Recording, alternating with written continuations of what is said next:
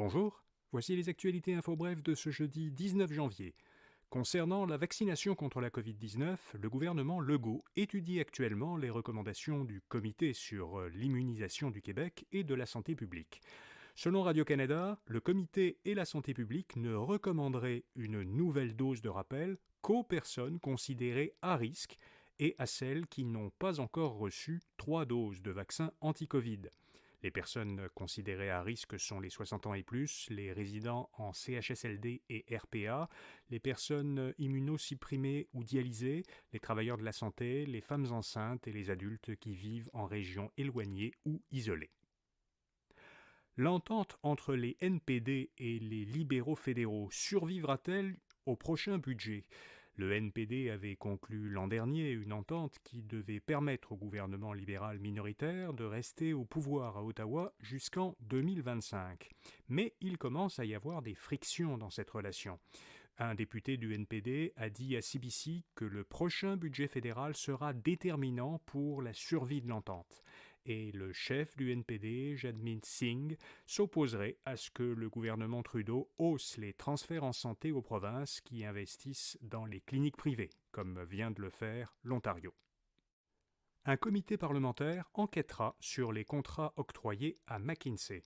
Une motion pour lancer une enquête a été déposée par les conservateurs fédéraux et adoptée mercredi en comité avec l'appui des autres partis d'opposition.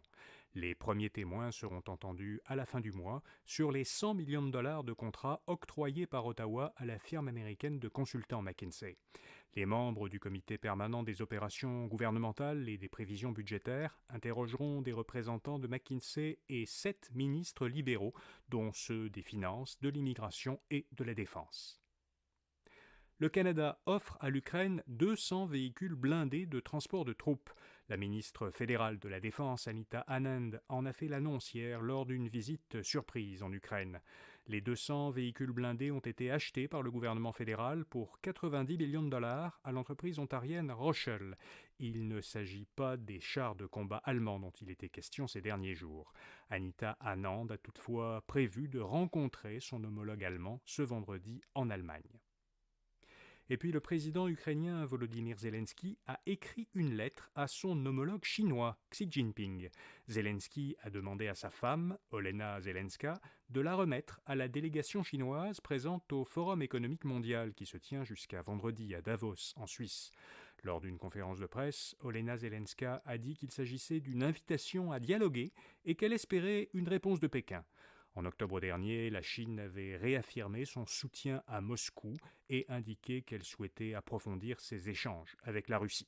Voilà, vous savez l'essentiel. Pour les nouvelles économiques et financières, écoutez notre balado InfoBref Affaires ou allez à infobref.com pour voir notre infolettre d'aujourd'hui. Rendez-vous demain matin pour d'autres actualités InfoBref. Bonne journée.